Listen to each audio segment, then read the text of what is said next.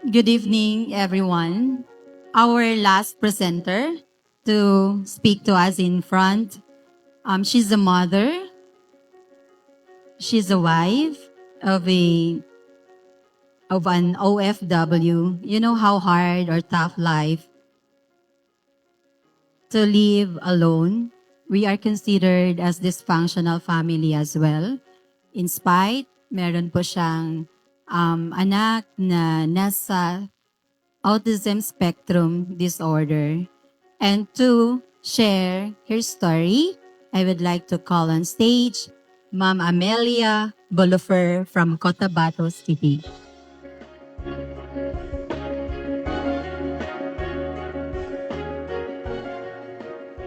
Thank you, Ma'am Grace. Good afternoon to everyone. I have almost the same story with a mother with autism, but I think our journey is different.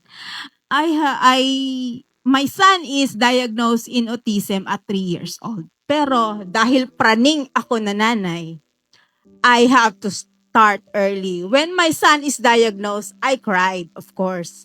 From Davao to Cotabato, iniyak ko lahat yon. But after that, I have to think, ano ang dapat gawin para matulungan ko ang anak ko. So that where our journey starts. So pumunta ako sa OT, pumunta ako sa lahat ng mga therapy pinasok ko. At the same time, mayroon kaming mga summer class with regular school.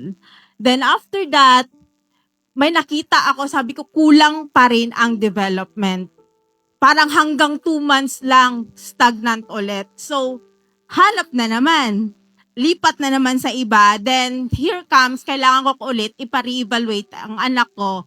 Year 2019, we go to St. Luke's Medical City with Dr. Di Malanta. Francis Xavier Di Malanta. Siguro kilala niyo siya. Then that time, when we go to Dr. Di Malanta, he is already 5 years old and kindergarten. So sinisikap ko talaga siyang irregular school kahit mahirap. But after Dr. Di Malanta, COVID dumating. So 2 years of the milestone na dapat mas mag-improve na ang anak ko, wala yung opportunity. So regression starts. Yung sinasabi niya na nasisira ang gamit, dinaanan namin yon, yung TV namin sira. Lahat ng gamit namin sira, tumbling ako lagi sa anak ko, kakahabol. So, after that, bumalik na ulit si face to face. That time, ang anak ko is grade 3 na. Pero, pasok kami sa regular school, private, walang comprehension. Paano niya sasagutin si teacher? Kung anong sinabi ni teacher, yun lang din ang sasabihin niya. So, syempre, napraning na naman ang nanay. Saan ako pupunta na kailangan matulungan ang anak ko? Here comes taka-research neurofeedback.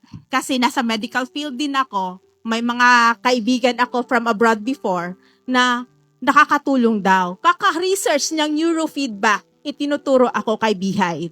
That was 2022 and my son is already 8 years old going 9.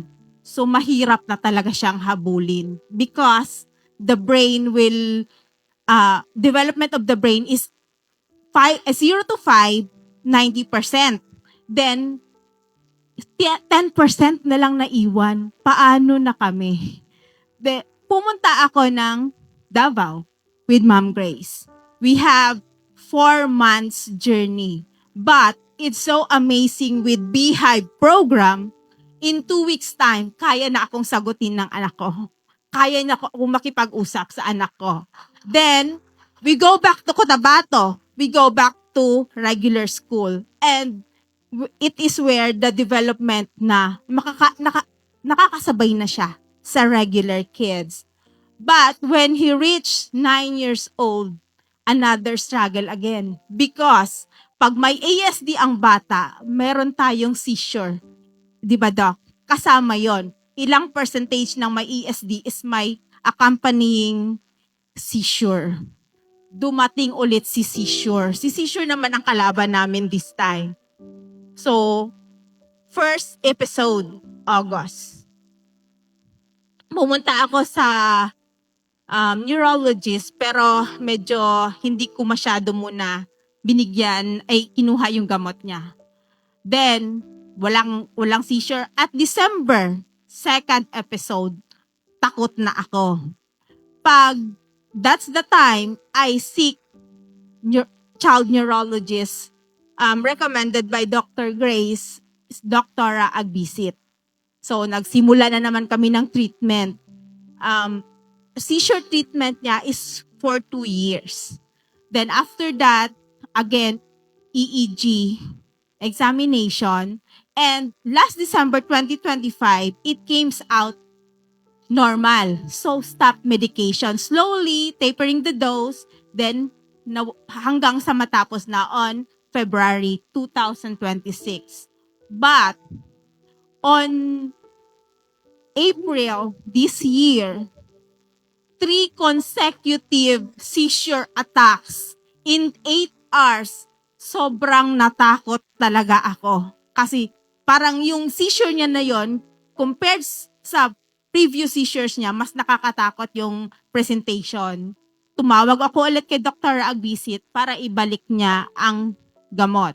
Then that's the time, Ma'am Grace is coordinating with the GutGuard, and Ma'am Grace give me product. So that's the time my son Hisham starts taking GutGuard. And although he is in grade 6 na, that time, graduate na siya ng grade 6, so mag-grade 11 na, but academically, hindi pa siya ganun masyado nakakasabay, especially math. Kasi nga, dahil nga sa mga nawalang milestone na hindi niya na-develop, so kulang.